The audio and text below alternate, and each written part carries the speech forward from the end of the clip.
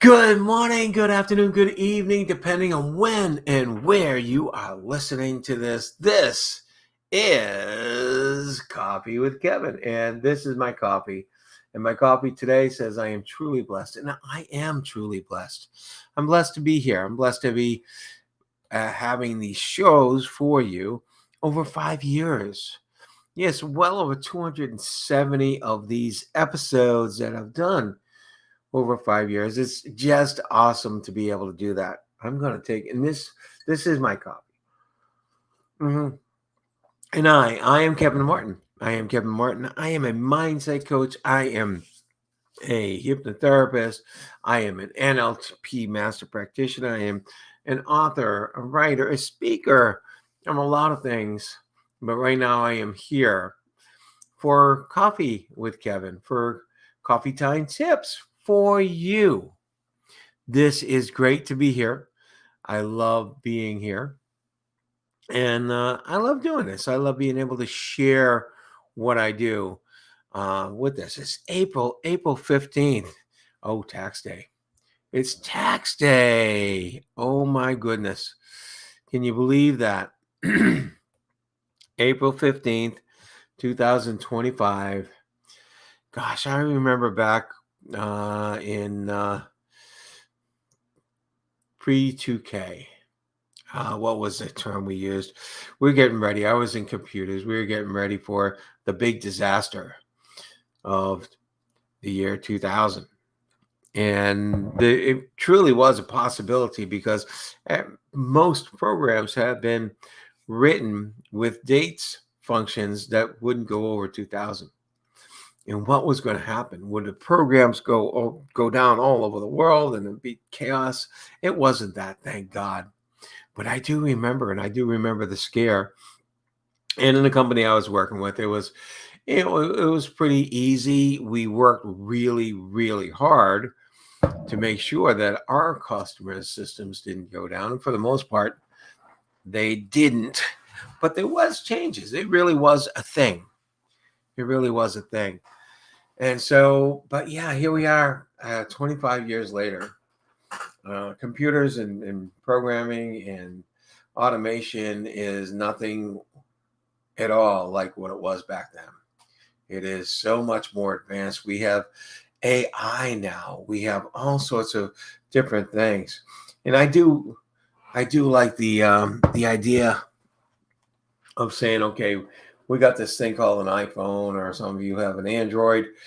Whatever it is, this thing is much more. This thing is much more powerful than the computer systems that went up when the Apollo flights. It's just amazing. It's amazing where we are today. I've got to live through it. I got to see it. Good morning. Millennium is the word. Millennium is the word. Yes. Yes. We're in this new millennium. It's not new. It's 25 years in there. We're a quarter of the way through another millennium. And I didn't live halfway through the last millennium, but I lived a good deal through it. So anyway, here we are. So what happened? The biggest thing that happened today, and you probably heard of this, is a little boat called the Titanic. A little boat, yes. It was a disaster. The Titanic sunk. Over 1,300 people passed away. And the biggest problem with the Titanic was they only had 20 lifeboats. They should have had a lot more. You don't put 1,300 people or 1,500 or whatever it was, because they did save some, on 20 lifeboats. And the thing I heard that I had never heard before was that they didn't put all the lifeboats on because this was the big sailing, the big launch, and they wanted the boat to look good. They didn't want to have lifeboats hanging all over the boat on its, on the day. They're going to be taking all sorts of pictures and filming everything about it. So they said, no, we want this to look good. We don't need all those worthless lifeboats hanging off the sides and everything for people to see. Oh my goodness. when we sometimes make mistakes for the wrong reasons. That was actually a big wrong reason. Let's not put the lifeboats on for this reason. Any reason would have been wrong. They needed lifeboats for everybody on there. And unfortunately, a lot of people died. Unfortunately. That's a day in history. There might be one or two other events, but I'm not finding it. Oh, 1877, a little bit of ways away. The world's first home telephone is installed. And it's installed in Somerville, Massachusetts, where, I didn't live in Somerville, but I was in Somerville often when I was living back up in Boston. And for, in some parts of my life, I was there all the time for various functions and everything like that. And for masses, my brother-in-law had a church there too. It was the first telephone was installed at the house of Charles Williams Jr. I don't know him. I don't know of him, but I do know that he's famous for having the first telephone ever installed. Pretty cool. Pretty cool. Good morning, Joan. Good morning. I love being here, and today we're going to talk about something. I'm going to give you a little bit of what's in my background. Oh yeah, I have the brain, the network. The network shown as trees, but there's branches throughout our brain, throughout our head, the neural pathways and stuff like that. And that's what keeps us going. And our brain is one of the things we're going to be talking about today, because today we're talking about reality. And what is reality? And I wanted to talk about changing reality for ourselves. And everything that came up was about changing the world. And it's not a bad thing. This is a thing I've thought of many, many times. And in one of my favorite quotes by Mahatma Gandhi is, if you want to change the world, you have to start here. You have to start with yourself. And so we're going to talk about self today. Hey, Jerry, good morning again. This is so cool to have you all on here. So we're going to talk about changing self today. That's what we're going to talk about. And my first book was called Perceive This. Just come off of a great movie that had just come out a couple years earlier called Analyze This. So I wanted the title be Perceive This. Changing the world through, or changing your world through your perceptions. And the second book which was a rewrite, is Living Your Dream Life, simply by changing your perceptions. Perceptions are how we perceive the world. All right, no matter what's going on in the world, if we perceive a certain thing, that's what the reality is for us. That's what reality is for us. So it's how we perceive it. And you might say, well, that's okay, but reality is reality. And the simple thing is, this is a big philosophical discussion, and one I would love to get into, but it's not for today. But the philosophy is, what is real? If all of us can see things and perceive things differently, what is truly, truly real, and how we do that? And if quantum physics has told us anything, it told us that, hey, reality is one thing when it's being observed, and it's different when it's not. Then truly, what is real? If what I'm seeing, if I'm here observing something all by myself, and then I leave and it's actually acting differently, something different is happening, what truly is real? Well, what is important, maybe that's what I have to say, is what is important is how you perceive it. I love my world. I love people who love their world, because we really make up our world, whether we know it or not, whether we want to have our world made up that way or not. We do make up our world. Okay, so if reality is the way we perceive it, that's real to us. But our perceptions, how do they come about? Yeah, they are influenced a little bit about reality. Like if I'm there standing by someone and we see a car accident together, we will define in a little bit of differences because our reality is a little different as to what happened in the car accident, depending on the cars, depending on the people, depending on what ultimately happened and what our past experiences, maybe with car accidents, with cars, with drivers, with everything, will influence our reality in that. But the reality is, there was a car accident. Now, we have our own reality that shapes, we have our own perceptions that shapes that reality, that creates our own reality.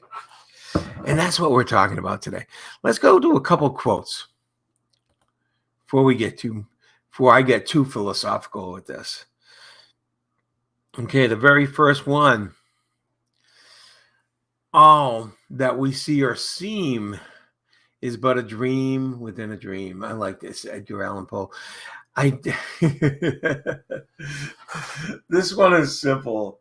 He's saying, there's not. It's not a reality. It's think of it as a dream. This particular thing maybe was the basis of the movie The Matrix. Okay, Matrix was, hey, this is a reality that we're seeing, but it's not what's really going on. That was a huge movie on the philosophy of reality, wasn't it? And Edgar Allan Poe, 100 years before, said all we see or seem is but a dream within a dream. He got the idea that, reality is something that shifts, is something that's different for everyone. Next one. Perception is more important than reality. And that's what I was getting to. It truly is. If someone perceives something to be true, it is more important than if it is in fact true. If someone perceives something to be true, it's more important than if it is in fact true. Now, I say this when I talk about my clients and how they see the world and what, how they perceive something in their life or something that they have. I say it doesn't matter what's real, because what they think is real for them. What they think is real is, honest to goodness, 100% real for them. We can all stand around and discuss something with that person and maybe try to break their own perceptions, but if their perceptions don't break, it is 100% real for them, even though we look at it and say, hey, this isn't real. And in NLP, we have this thing called respect someone else's map of the world. The map of the world is their reality.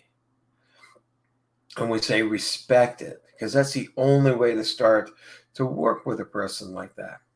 And it's the only way to be. Instead of saying, hey, you're insane, that's not true, you start with what it is that they are seeing, what it is that they are perceiving. We start with respect. And especially if you're working with somebody, that's the way to do it. We have another one. Perception is not defined by who we are. I think it's supposed to say by who we are, but it does. No, perception does not define who we are, but it does define where we are limited and where we are not yet free. I like this because truly, if it's our perceptions are based on what? Our perceptions are based on our past experiences and our beliefs. And our beliefs may not all be true. And our past experiences, the way we experience them was through our own lenses, our perceptions to begin with. So there may not be a lot of truth. And this truth, this perception that we have may be holding us back. That's called limiting beliefs. And we're all full of them. Believe me, we all have limiting beliefs in one way or another. The easiest way to tell a limiting belief is if we have the thought that we can't, when we know a lot of other people can. And usually that we can't comes from somewhere inside that says, hey, you can't do this because you're too old, you don't have enough education, you're male, you're female, you're whatever it is. These are limiting beliefs, but it's driven by our internal reality. I chose this one. It's simple.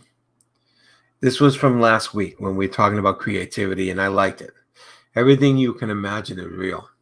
I'm taking the other side now, and instead of talking about, hey, we're not seeing reality because we have all our own perceptions. And this is the other side. It's saying our imagination can be real because everything that's been invented started with somebody's imagination, started with somebody's perception. So there is two sides of this, and it's really cool. And it'll blow your mind if you give a little time to think about it. And I'm not going to, because I don't want my mind blown right here in front of everybody. And the last one, your perception creates your reality. You can look at life, see scarcity or abundance. This one simply says you actually have a choice. You do have a choice in your perceptions. You can dig deep and say, why am I perceiving this way? And find out why, and find out that you can perceive it another way. Basically, this is saying you can look at life as scarcity, and you can look at life as abundance. And you have a choice. And it's really cool that we have a choice, isn't it? It really, really is. I love this subject of perception because my books are written on perception. One quote I don't have is one quote that I have in my book, and I just moved my book away from the camera. I'm getting it right now.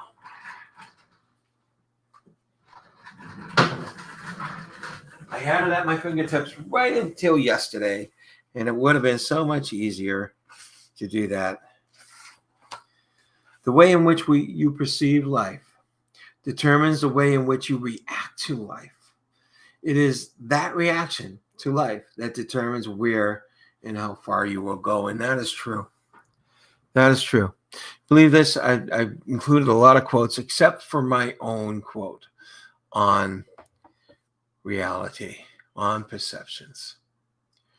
Basically, the way we perceive life ultimately determines how we're thinking through our experiences, and then how we react to those experiences. And those reactions bring our results. This has been a very interesting topic, and I love talking about this stuff. And Joan, this is wonderful. When something bad happens for the good.